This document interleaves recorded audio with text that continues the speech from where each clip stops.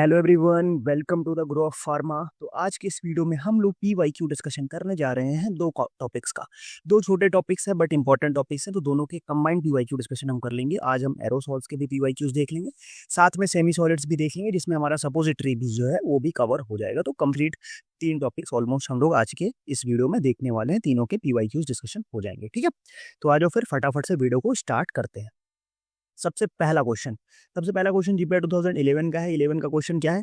Upon standing some time gel system shrinks a bit with a little liquid pressed out with what is this phenomena known as. मतलब क्या question क्या बोल रहा है कि जब कभी स्टैंडिंग रख दे, नॉर्मल टाइम पे ऐसे रख देते हैं, तो जो जेल सिस्टम होता है वो क्या हो जाता है, थोड़ा सा सिकुड़ जाता है, श्रिंक हो जाता है और उसमें से कुछ लिक्विड बाहर आ जाता है। इस फिनोमिना को क्या बोलते हैं, ठीक है। तो अब इस फिनोमिना को क्या बोलते हैं, इससे पहले मैं आपको कुछ 3-4 फिनोमिना बता दूं जो जेल से रिलेटेड टर्मिनोलॉजीज है, जो हर बार पूछा जाता है, ठीक है। वो कौन कौन सी टर्मिनोलॉजीज है, थोड़ा सा उसको हम लोग समझते हैं। सबसे पहली जो एक टर्मिनोलॉजी है वो है इम्बिबिशंस जिसको बोलते हैं, ठीक है, इम्बिबिशंस है। दूसरी एक टर्मिनोलॉजी आती है स्वेलिंग, ठीक है। तीनों में मतलब 4-5 जो टर्मिनोलॉजी है, थोड़ा थोड़ा डिफरेंस है बट इंपॉर्टेंट है, क्वेश्चन आता है इससे, ठीक है। दूसरी एक आती है, क्या आती है, वो सेनेरेसिस आती है, ठीक है, सेनेरेसिस। फिर आती है थिक्सोट्रॉपी, एंड लास्ट जो आती है वो जेरोजेल्स आती है, जेरोजेल्स, ठीक है। अब ये क्या होते हैं इसको हम लोग समझते हैं। सबसे पहला आता है इम्बिबिशन। इम्बिबिशन में क्या होता है कि taking up of certain amount of liquid by a gel without a measurable increase in volume. मतलब क्या है, मतलब ये कह रहा है ये कि कोई भी मतलब जो जेल है उसके द्वारा थोड़ा सा कुछ amount of volume taken up, मतलब उसके द्वारा एब्जॉर्ब कर लिया जाना, बट उसके वॉल्यूम में कोई सर्टेन इंक्रीमेंट देखने को ना मिले, उसको बोलते हैं इम्बिबिशन, ठीक है। मतलब क्या होगा, थोड़ा सा वॉल्यूम उसने एब्जॉर्ब किया बट उसमें कोई इंक्रीमेंट देखने को नहीं मिला। दूसरा टेकिंग अप, और दूसरा स्वेलिंग। अब टेकिंग अप और liquid by a gel with increase in volume, मतलब इम्बिबिशन में भी लिक्विड ले रहा था और स्वेलिंग में भी लिक्विड ले रहा है, बट इसमें क्या हो रहा था, इसमें वॉल्यूम में कोई चेंज नहीं हो रहा था, इसमें क्या हो रहा है, वॉल्यूम इंक्रीज हो रहा है, ठीक है, ये डिफरेंस। फिर आते हैं थर्ड वन इज सेनेरेसिस। क्या होता है, on standing the depression dispersion medium is squeezed out in droplets and to gel get sink. मतलब वही सेम बताया कि जब क्या होता है कि हमारे पास नॉर्मल टाइम पे उसको हम लोग रख देते हैं, तो जेल जो होता है उससे लिक्विड मटेरियल बाहर निकल जाता है और जेल जो है वो श्रिंक आउट हो जाता है। इस कंडीशन को बोलते हैं हम लोग सिनेरेसिस। थिक्सोट्रॉपी क्या होता है, रिवर्सिबल जेल सॉल्व फॉर्मेशन जो होता है उसको बोलते हैं हम लोग थिक्सोट्रॉपी। और जेरोजेल्स, जेरोजेल्स में क्या होता है कि अगर जितना भी लिक्विड है जेल में, ठीक है, जितना भी लिक्विड है वो सारा लिक्विड हम रिमूव कर दें, तो जो केवल फ्रेमवर्क बचा रह जाएगा, उस फ्रेमवर्क को हम लोग बोलते क्या है, उसको बोलते हैं जेरोजेल्स, ठीक है। तो यहाँ पे क्या क्वेश्चन पूछा था कि लिक्विड सिंक निकल, जल सिंक होता है, लिक्विड बाहर आता है, तो उस कंडीशन को हम लोग बोलते हैं क्या, सेनेरेसिस, ठीक है। ये मैंने आपको बता दिया, ठीक है। तो ये option number B will be the right answer, okay. Next question. अब ये क्वेश्चन हमारा किससे है, एरोसॉल से। तो क्वेश्चन बताओ, उससे पहले मैं आपको बता दूं कि जो हमारी पीवाईक्यू सीरीज चल रही है, डेली रात को हम लोग 8 बजे, डेली रात को 8 बजे हम लोग टॉपिक के पीवाईक्यू डिस्कस करते हैं। इसका कंप्लीट शेड्यूल मैंने चैनल पे डाल रखा है, ठीक है। मैं वीडियो के एंड में भी वो वीडियो डाल दूंगा, उसको जाके देख लेना। और डेली रात को 8 बजे ज्वाइन करो हमको, ठीक है। अभी तक काफी टॉपिक्स के पीवाईक्यू हो गए। फार्मास्यूटिक्स अगर हम बात करें तो फार्मास्यूटिक्स में काफी टॉपिक हो गया, लाइक प्रीफॉर्म हो गया, टैबलेट हो गया, कैप्सूल हो गया, ठीक है, सस्पेंशन हो गया, इमल्शन हो गया। अभी आज हम एरोसॉल सेमी सॉलिड हो गया, अभी कल हमने पेरेंटल डिस्कस किया था, ठीक है। तो इतने पीवाईक्यूज हमने डिस्कस कर लिए। फिर अगर हम बात करें एक फार्माकोलॉजी की, तो जनरल फार्माकोलॉजी हो गया, कार्डियोवैस्कुलर सिस्टम हो गया, ऑटोनॉमिक नर्वस सिस्टम हो गया, ऑटोकॉइड्स हो गए, ये पीवाईक्यूज हो गए। फिर अगर हम बात करें फार्माकोग्नोसी में, तो हमारे एल्केलॉइड्स हो गए, ग्लाइकोसाइड्स हो गए। फार्मास्यूटिकल जूरिस्प्रूडेंस में हमने ड्रग एंड कॉस्मेटिक एक्ट के पीवाईक्यूज डिस्कस कर लिए, ठीक है। तो ये सारे पीवाईक्यूज डिस्कस हो गए, और पीवाईक्यूज का इंपॉर्टेंस कितना है वो अभी आप देखोगे, तो अभी आप खुद ही देखोगे कैसे एग्जैक्ट पीवाईक्यू के क्वेश्चन रिपीट होते हैं। सेम टॉपिक पे तो रिपीट होते ही होते हैं, बट एग्जैक्ट पीवाईक्यू के क्वेश्चंस भी रिपीट होते हैं, जो अभी हम लोग आगे देखेंगे, ठीक है। अब बता रहे container use for aerosol with stand the pressure of, मतलब अगर एरोसॉल के फॉर्मुलेशन के लिए जो हम लोग एरोसॉल के जो कंटेनर यूज करते हैं उसको कितना प्रेशर वो सह लेना चाहिए, ठीक है। तो जो प्रेशर होता है वो कितना होता है, ऑप्शन दे रखा है 130 to 150 psi, 140 to 180, 140 to 170 या 120 to 140 psi। तो जिसका करेक्ट आंसर होगा वो होगा 140 to 180 psi at 130 degree Fahrenheit, ठीक है। 140 to 180 psi at 130 degree Fahrenheit. तो option number B will be the right answer. चलो नेक्स्ट क्वेश्चन। नेक्स्ट क्वेश्चन पूछ रहा है, क्या बोल रहा है कि जो quick breaking alcohols are applicable for which routes of administration. ठीक है, मतलब जो क्विक ब्रेकिंग अल्कोहल है, जो जल्दी ब्रेक डाउन हो जाए, वो किसके लिए हमारे पास किस रूट के लिए दे सकते हैं हम लोग, ओरल, पेरेंटल, टॉपिकल या ऑप्थेल्मिक। अब देखो, जो जल्दी ब्रेक डाउन हो रहा है मतलब क्या होगा, ये रैपिड डिस्पर्जन और रैपिड एब्जॉर्प्शन देखने को मिलेगा। और हमें rapid dispersion, rapid absorption mainly किस साइड से चाहिए होता है, टॉपिकल साइड से, क्योंकि वहां पे ज्यादा टाइम तक ड्रग रह नहीं सकती। अगर हम एरोसॉल्स की बात करें तो वहां पे टॉपिकल जो होगा, वो अगर उस टॉपिकल एरोसॉल इस तरह से डिजाइन किया जाता है कि क्विक ब्रेकिंग और हो जाए, जिससे क्या हो जाए कि हमारा रैपिड एब्जॉर्प्शन ड्रग में देखने को मिले। ठीक है, क्योंकि पेशेंट कॉम्प्लायंस होता है। ठीक है, तुम खुद ज्यादा देर तक कोई भी क्रीम लगा के नहीं रख सकते। नेक्स्ट क्वेश्चन पूछा था, ideal saponification value for the suppository base. अब सपोजिटरी बेस के लिए आइडियल जो सपोनिफिकेशन वैल्यू है वो क्या होनी चाहिए, यहाँ पे क्वेश्चन में दिया हुआ। अब देखो यार, यहाँ पे जो 2014 का क्वेश्चन है ना, इसमें थोड़ा सा वो था। अगर आप आइडियल सपोनिफिकेशन वैल्यू देखोगे तो आप पढ़ोगे कितना, 200 लेके 245 के बीच में होती थी। बट यहाँ पे ऐसा ऑप्शन था नहीं, यहाँ पे 50 to 100 हो नहीं सकता, ये तो हो नहीं सकता। और यहाँ पे 2 to 500 चला गया था, जो कि बहुत ज्यादा होता था। इसीलिए आंसर की के अकॉर्डिंग इसमें क्या आंसर दिया था, 150 to 200 दिया था। इसके अलावा मैं कुछ और वैल्यूज आपको बता दूं जो सपोजिटरी बेस की आइडियल प्रॉपर्टीज होती। लाइक अगर हम एसिड वैल्यू की बात करें, ठीक है, एसिड वैल्यू जो होती है वो कितनी होती है, वो होती है बिलो 0.2। एसिड वैल्यू कितनी, बिलो 0.2 होनी चाहिए। सैपोनिफिकेशन वैल्यू जो होती है वो मैंने अभी आपको बता दी कि वो 200 टू लेके 245 तक होनी चाहिए। ठीक है, उसके बाद आयोडीन वैल्यू जो होती है वो होनी चाहिए कितनी, लेस देन 7। वो लेस देन 7 होनी चाहिए, 7 से कम आयोडीन वैल्यू होनी चाहिए। ठीक है, कि ये वैल्यू याद रख लो। जैसे अभी सैपोनिफिकेशन का क्वेश्चन पूछा है, क्या पता आयोडीन का पूछ ले, क्या पता एसिड वैल्यू का पूछ ले, और पूछा जा सकता है इंपॉर्टेंट टॉपिक। ठीक है, चलो आगे बढ़ते हैं हम लोग नेक्स्ट क्वेश्चन पे। क्वेश्चन नंबर 4 हो गया। ठीक है, नेक्स्ट क्वेश्चन पे हम लोग आगे बढ़ेंगे। हाँ, क्वेश्चन पूछा है, identify the false statement about the magmas. जो मैग्मास हैं उनके बारे में फॉल्स स्टेटमेंट बनाना है। ठीक है, यहाँ पे फॉल्स को ध्यान रखना है। The addition of suspending agent to magmas is always necessary, पहला क्वेश्चन पूछा। दूसरा पूछा, the magma differ from the gel in their suspended particles are larger. सही बात है, magmas are two phase system, magmas are essentially gel. तो यहाँ पे जो ऑप्शन है वो कौन सा है, यहाँ पे जो थर्ड ऑप्शन है वो गलत है। क्यों, क्योंकि मैग्मा जो है वो टू फेज सिस्टम नहीं होता है। ठीक है, ये इनका थोड़ा सा मिसकॉन्सेप्शन है। मैग्मा जो होता है वो टू फेज सिस्टम नहीं होता है, तो ऑप्शन नंबर सी जो है वो आपका करेक्ट हो जाएगा।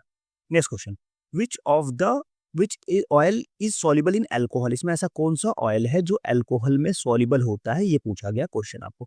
ऑप्शन दे रखा आपको arachis oil, sesame oil, castor oil या कॉर्न ऑयल। तो ऐसा कौन सा ऑयल है जो हमारा अल्कोहल में सॉल्युबल हो सकता है। अब ये ऑयल अल्कोहल में सॉल्युबल होता है, इसीलिए इसका हम लोग मेजोरिटी यूज करते हैं किसमें, कॉस्मेटिक्स के प्रिपरेशन में, फार्मास्यूटिकल प्रिपरेशन में। ठीक है, वो ऑयल कौन सा है हमारा, वो है कैस्टर ऑयल। कैस्टर ऑयल जो है वो हमारा अल्कोहल में सॉल्युबल होता है, तो ऑप्शन सी जो है वो आपका करेक्ट आंसर हो जाएगा।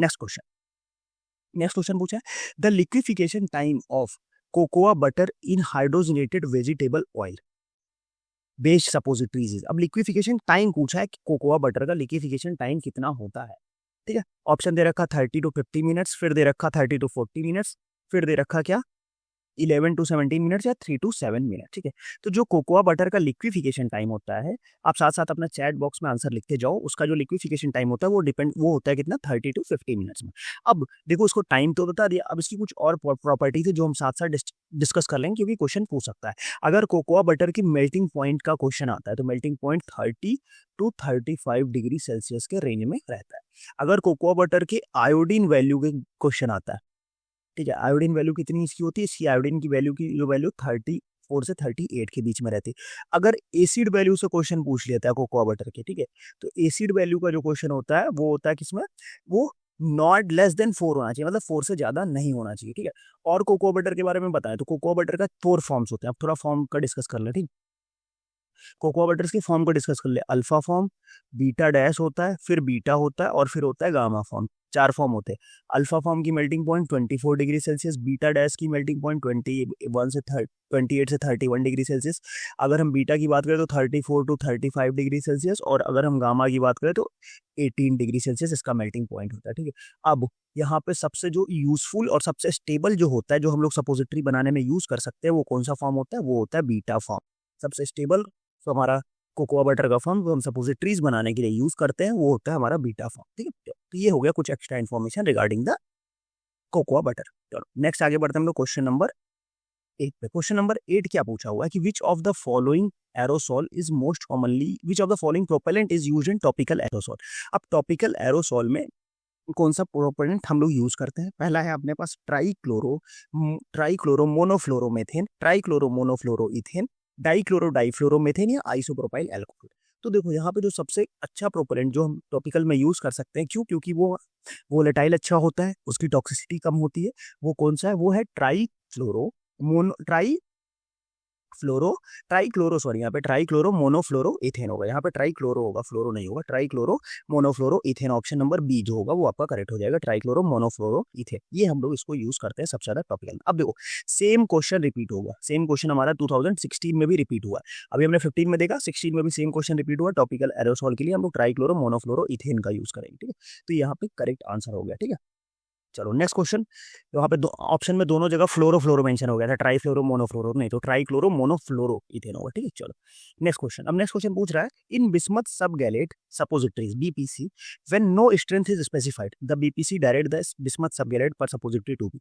मतलब जब कोई स्ट्रेंथ स्पेसिफाई नहीं की गई है तो उसका कितना स्पेसिफिकेशन होना चाहिए अगर कोई भी स्पेसिफिक पोटेंसी नहीं पूछा है? 300 mg, 200 mg, 100 mg या 400 mg। तो अगर जब कोई भी स्पेसिफिकेशन उसमें मेंशन नहीं है पोटेंसी का, तो जो हमारा बिस्मथ सबगैलेट की जो वो होना चाहिए, स्ट्रेंथ होनी चाहिए, वो कितनी होनी चाहिए? वो होनी चाहिए 100 mg की, ठीक है। अगर मेंशन है तो फिर उसी स्पेसिफिकेशन का रहेगा, बट अगर नहीं मेंशन है तो हम 100 mg कंसीडर करेंगे।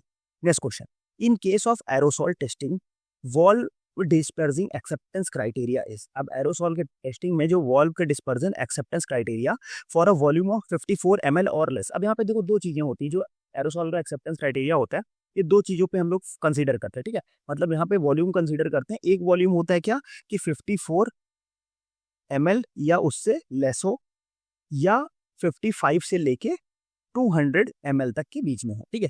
तो वहां पे हम लोग किसको कंसीडर करेंगे? तो अगर 54 ml या उससे लेस है तो हम लोग लेंगे प्लस माइनस 15% का, ठीक है। और अगर 55 से लेके 200 तक है तो हम लोग लेंगे प्लस माइनस 10%, ठीक है। ये यहाँ पे दो क्राइटेरिया होता है, ठीक है। 54 ml उससे लेस प्लस माइनस 15%, और यहाँ 55 और 24 200 55 से 200 ml तक है तो प्लस माइनस 10%। यहाँ पे 54 ml और लेस पूछा है तो प्लस माइनस 15% का क्राइटेरिया, एक्सेप्टेंस क्राइटेरिया होगा यहाँ पे, ठीक है। चलो नेक्स्ट क्वेश्चन आता है, इन केस ऑफ सपोजिटरी के केस में सॉलिड फैट इंडेक्स एसएफआई तो मैंने तो आंसर ही बता दिया, ठीक है। ये तो सिंपल सा क्वेश्चन था, मैंने आंसर ही बता दिया इसका। क्या एसएफआई स्टैंड्स फॉर? तो एसएफआई जो स्टैंड्स होता है वो किसके लिए करता है? एसएफआई स्टैंड करता है आपका सॉलिड फैट इंडेक्स के लिए। अब सॉलिड फैट इंडेक्स होता क्या है? सॉलिड फैट इंडेक्स या एसएफआई की अगर हम बात करें तो ये क्या होता है? ये ग्राफ होता है, it is a graph of percentage of fat solid. किसके बीच का ग्राफ होता है? परसेंटेज ऑफ फैट सॉलिड, ठीक है, वर्सेस टेम्परेचर, ठीक है। Percentage of fat solid versus temperature के बीच का ये ग्राफ होता है, ठीक है। और इससे हमें पता क्या चलता है? हमें इससे पता क्या क्या चलता है ये भी देख लो। इससे हमें पता चल जाता है solidification and melting point range of fatty base. किसी भी फैटी बेस का जो सॉलिडिफिकेशन और मेल्टिंग पॉइंट रेंज है वो हमें इसके थ्रू पता चल जाती है, ठीक है। किसके through? SFI solid fat index के थ्रू, ठीक। चलो नेक्स्ट क्वेश्चन आगे बढ़ते हैं हम लोग। क्वेश्चन नंबर 12 हो गया, क्वेश्चन नंबर 13। क्वेश्चन नंबर 13 बोल रहा है कि dimethyl sulfoxide act as a permeation enhancer for topical formulations by. अब डाई मिथाइल सल्फॉक्साइड जो है वो परमिएशन इनहेंसर के रूप में काम करता है। कैसे? सॉलिबिलिटी बढ़ा के, दूसरा डीनेचरिंग प्रोटीन, तीसरा इंक्रीजिंग ट्रांसइपिडर्मल लॉस, चौथा है altering solvent nature of membrane. तो किस तरीके से ये काम करता है? तो जो हमारा डाइमिथाइल सल्फॉक्साइड है वो कैसे काम करता है? वो प्रोटीन डीनेचर शो करता है, ठीक है। डाइमिथाइल सल्फॉक्साइड या इसी को हम लोग डीएमएसओ भी बोलते हैं, ठीक है। तो डीएमएसओ पूछ ले तो कोई कंफ्यूजन नहीं होना चाहिए, ठीक है। ये कैसे करता है? ये डीनेचर ऑफ द प्रोटीन, जो स्किन की प्रोटीन्स को डीनेचर करता है, जिससे क्या होता है कि स्ट्रेटम कॉर्नियम के थ्रू उसकी परमिबिलिटी ड्रग की हमारे टॉपिकल पॉपुलेशन की बढ़ जाती है। तो ऑप्शन नंबर बी जो है वो आपका करेक्ट आंसर हो जाएगा। Next question. अब ये क्वेश्चन देखो 2020 का क्वेश्चन था, इसमें एक कॉन्सेप्ट याद रखना था, क्वेश्चन इजीली खत्म हो जाता। क्या था question? When preparing a 6 suppository containing 20% morphine hydrochloride in theobroma oil, given the displacement value of morphine is CL is equal to 1.5%, ठीक है। ईच सपोजिटरी वेज 1 ग्राम, ठीक है।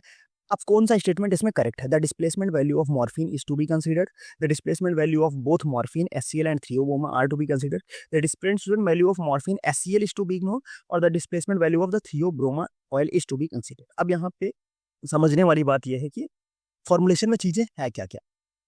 जो मॉर्फिन HCl है ये हमारी क्या हो गई? ये हमारी ड्रग हो गई, ठीक है। और थियोब्रोमा ऑयल जो है वो हमारा क्या है? वो हमारा बेस है, ठीक है। ये क्या है? हमारा ये बेस है।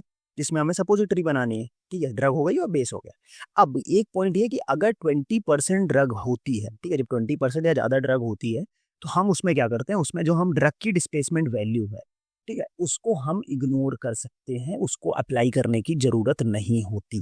ये पॉइंट याद रखना है हमको।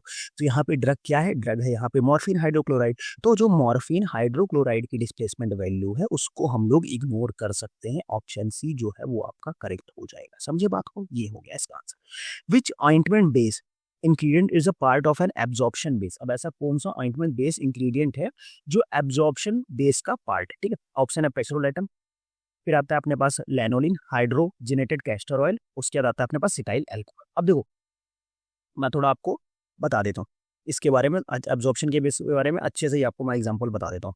क्या हो, देखो बेस होता है, सबसे पहले अपने पास आता है ओलियोजीनस बेस, ठीक है, ओलियोजीनस। और ये बहुत ही इंपॉर्टेंट है, ये क्लासिफिकेशन अच्छे से याद कर लेना आप लोग। ओलियोजीनस बेस होता है, इस बेस में अंदर अपने पास क्या क्या चीजें आती है, इसमें आ जाता है अपने पास पेट्रोलेटम, पेट्रोलेटम जिसको हम लोग सॉफ्ट पैराफिन भी बोलते हैं।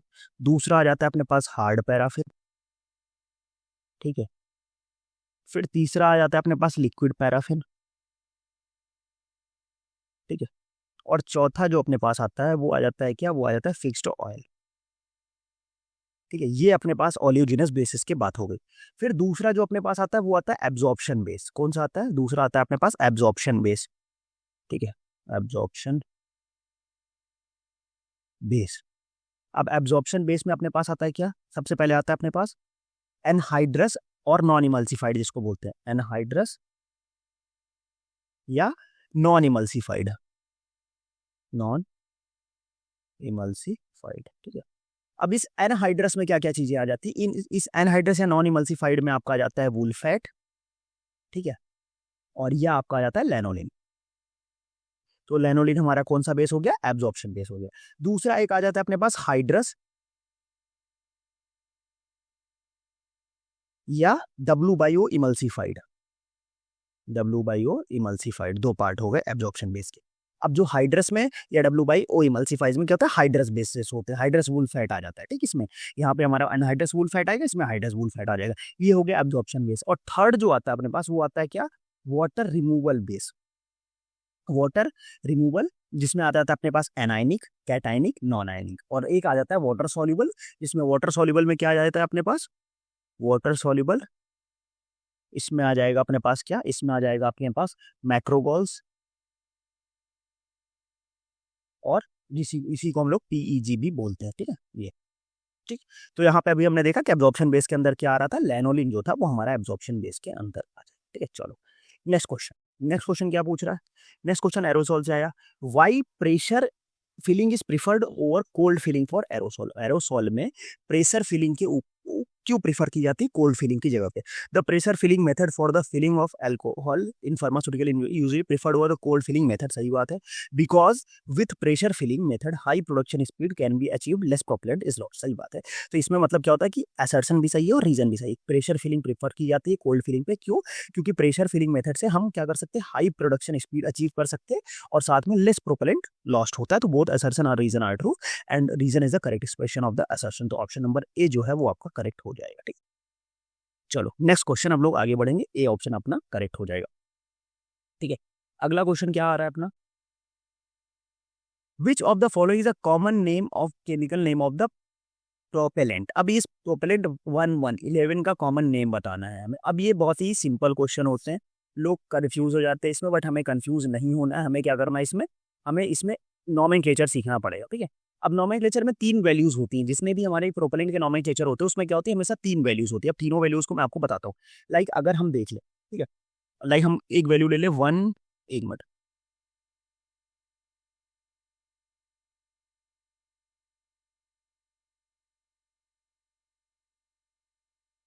ठीक है, अगर हम एक वैल्यू लेते हैं यहाँ से, ठीक है, हाँ, अगर एक वैल्यू हम ले लेते हैं 114, ठीक है, 3 वैल्यू हमारे पास 114 होंगे क्योंकि 3 डिजिट का नंबर होता है। तो जो सबसे पहला नंबर होता है ये किसको रिप्रेजेंट करता है, ये रिप्रेजेंट करता है कार्बन को।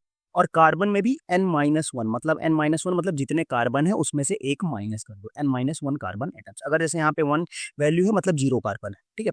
अब ये जो दूसरा नंबर है ये रिप्रेजेंट करता है N+1 हाइड्रोजन, N+1 हाइड्रोजन को।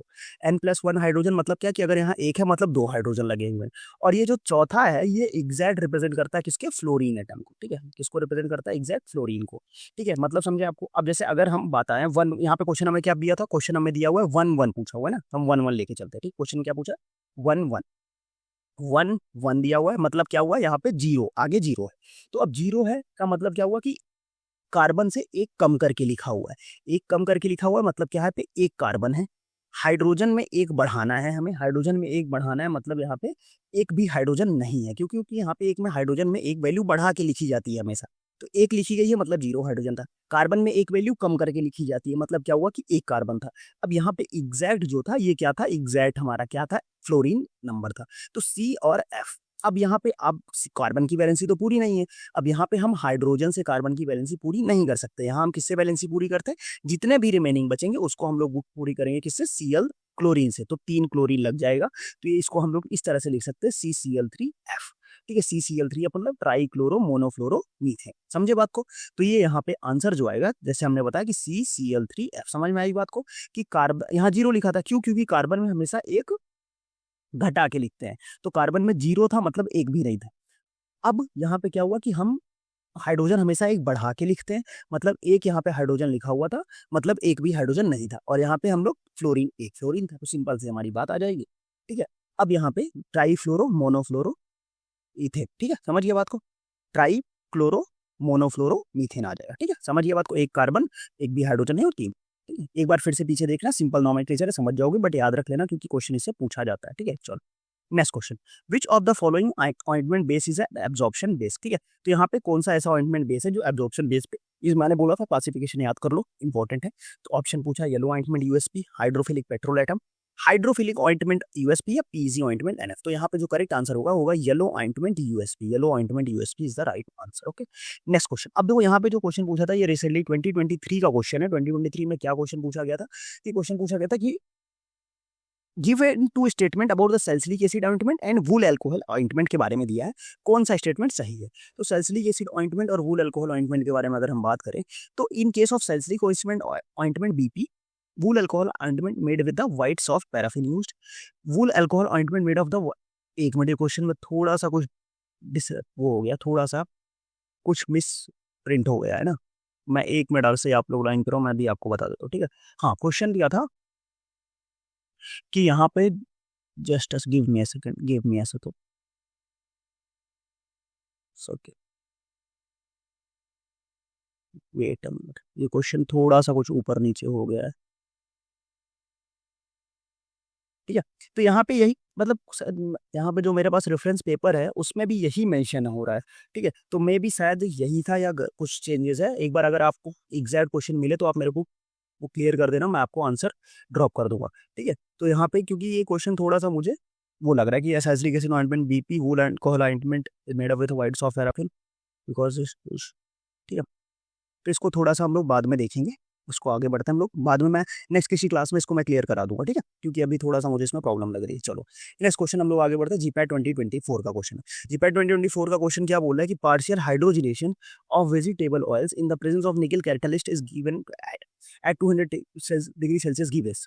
ये देखो ये क्वेश्चन क्या था 2024 में, बहुत डिस्प्यूटेड क्वेश्चन था, कई लोगों ने इसको अलग अलग आंसर दिया, बट एनबीएमएस ने जो इसका करेक्ट आंसर दिया था कि under controlled conditions partial hydrogenation produce product similar to cheese. तो यहाँ पे जो एनबीएमएस ने करेक्ट आंसर दिया था इसका दिया था चीज, निकल कैटलिस्ट के प्रेजेंस में वेजिटेबल ऑयल्स क्या देते हैं, चीज देते हैं, ये इसका करेक्ट आंसर था। कुछ लोगों ने इसको क्लेम भी किया था but at the end answer reverse नहीं हुआ था, चीज ही करेक्ट आंसर था, ठीक है।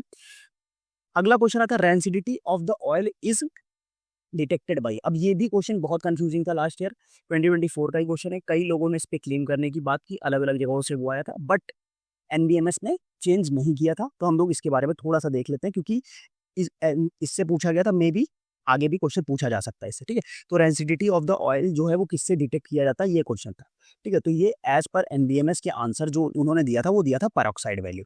अब इससे पहले हम थोड़ा सा 3-4 वैल्यूज हैं उसके बारे में डिस्कस कर लेते हैं, क्योंकि उससे क्वेश्चन आने के चांसेस हैं, ठीक है। कौन कौन सी वैल्यू आती है, सबसे पहले आती है एक वैल्यू आती है अपने पास हाइड्रोक्सिल वैल्यू, ठीक है। सबसे पहली वैल्यू एक आती है अपने पास हाइड्रोक्सिल वैल्यू। अब हाइड्रोक्सिल वैल्यू क्या होती है, हाइड्रोक्सिल वैल्यू होती है कि नंबर मिलीग्राम के of KOH, milligram of KOH required to neutralize the acetic acid, ठीक है, use to acetylate 1 gram of fat. मतलब क्या, सिंपल सा समझिए कि कितना mg हमें चाहिए किसका, KOH का, ठीक है, किसको न्यूट्रलाइज करने के लिए, किसको, एसिटिक एसिड को, ठीक है। और वो एसिटिक एसिड जो यूज कर हो रहा था किसके लिए, एसिटाइलेट 1 ग्राम ऑफ फैट, ठीक है। जो 1 ग्राम फैट को एसिटाइलेट करने के लिए जितना एसिटिक एसिड यूज हो रहा था उसको न्यूट्रलाइज करने के लिए कितना mg KOH चाहिए, वो वैल्यू हमें बताती है, किससे, हाइड्रोक्सिल वैल्यू होती है हमारी। नेक्स्ट आता है अपने पास क्या, iodine value. Iodine value, iodine value क्या बताती है कि number of gram of iodine, number of gram of iodine that react with 100 gram of fat. ऐसी कितने number of gram of iodine है जो 100 ग्राम ऑफ फैट से रिएक्ट कर सकती है, उस वैल्यू को हम लोग बोलते हैं क्या, आयोडीन वैल्यू। फिर अगली जो अपने पास आता है वो आता है वाटर नंबर, ठीक है। वाटर नंबर क्या होता है, सारे बहुत इंपॉर्टेंट है, याद रख लो इसको। The amount of water in gram that can be incorporated in 100 gram of fat, मतलब 100 ग्राम ऑफ फैट में जितने ग्राम वाटर जा सकता है वो हमारा किस में आता है, वाटर नंबर क्या आता है। फिर आता है अपने पास एक आती है एसिड वैल्यू। एसिड वैल्यू क्या होती है, acid value the number of milligram of KOH, ठीक है, potassium hydroxide, milligram of KOH required to neutralize the free acid in 1 gram of substance, ठीक है। To neutralize free acid in 1 gram of substance, मतलब किसी भी substance के 1 ग्राम में जितना फ्री एसिड है उसको न्यूट्रलाइज करने के लिए जितने mg KOH चाहिए होता है उसको हम लोग बोलते हैं क्या है, उसको हम लोग बोलते हैं एसिड वैल्यू, ठीक है। तो ये सारी वैल्यूज थी जो आपको थोड़ा सा समझना जरूरी थी, जो मैंने आपको बता, ठीक है। और रेंसिडिटी किससे डिटेक्ट की जाती है, रेंसिडिटी डिटेक्ट की जाती है हमारी पेरोक्साइड वैल्यू, ठीक है, ठीक है। तो ये यहाँ पे कंप्लीट हमने क्वेश्चंस डिस्कस कर लिए। एक क्वेश्चन में थोड़ा सा प्रॉब्लम है, मैं उस क्वेश्चन का आंसर आपको करेक्ट क्वेश्चन पिन कर दूंगा या नेक्स्ट आने वाली क्लासेस में मैं क्लियर कर दूंगा, ठीक है। उसमें आपको टेंशन नहीं लेना है, ठीक है। बाकी फिर आज का ये वीडियो कैसा लगा आपको, चीज़ें आपको क्लियर हुई कि नहीं हुई। PYQ बहुत इंपॉर्टेंट है, मैं बोलता आ रहा हूँ, आप उसको अच्छे से सॉल्व करो और साथ में मैं आपको एक्स्ट्रा कॉन्सेप्ट भी साथ साथ सिखाता रहता हूँ, तो उसको नोट डाउन करो जहाँ से क्वेश्चन आने के चांसेस रहते हैं, ठीक है। तो ये सीरीज हमारी एग्जाम तक कंटिन्यू रहेगी, बट उसके लिए आपको सपोर्ट करना पड़ेगा, क्योंकि आप लोग सपोर्ट कर नहीं रहे हो, ठीक है। अपने दोस्तों के साथ शेयर करो, जितना ज़्यादा वीडियो को शेयर करोगे उतना ही ज़्यादा हम ये ऐसी चीज़ें आप लोग के लिए कंटिन्यू कर पाएंगे। व्हाट्सअप ग्रुप जाके ज्वाइन कर लो, क्योंकि सारी क्लासेस की अपडेट्स मैं वहाँ पे आपके लिए डालता रहता हूँ। टेलीग्राम चैनल ज्वाइन कर लो और साथ में यूट्यूब चैनल आप सब्सक्राइब करके रखो, क्योंकि ऐसी बहुत सी इंपॉर्टेंट चीज़ें आप लोग के लिए आने वाली एक नई सीरीज में मैं प्लान कर रहा हूँ, जिसमें इंपॉर्टेंट शॉर्ट के फॉर्म में थ्योरीज और उससे रिलेटेड PYQs मैं आपको कराऊंगा, जिससे थ्योरी प्लस MCQ आपको एक ही साथ क्लियर हो जाए। तो अगर ऐसे भी आपको टॉपिक चाहिए, ऐसी चाहिए, तो आप कमेंट सेक्शन में मेंशन करना, हम लेके आएंगे, ठीक है। साथ में आप जाके वेबसाइट से नोट्स डाउनलोड कर सकते हो, और ये PYQs अगर आपको ईयर वाइज ईयर सॉल्व करने हैं तो आप जाके वेबसाइट पे GPAT और नाइपर दोनों के ईयर बाई ईयर PYQ हैं, वहाँ से आप उनको सॉल्व कर सकते हो, ठीक है। तो फिर आज का वीडियो हम लोग यहीं एंड करेंगे, मिलते हैं नेक्स्ट वीडियो में, तब तक के लिए बाय बाय।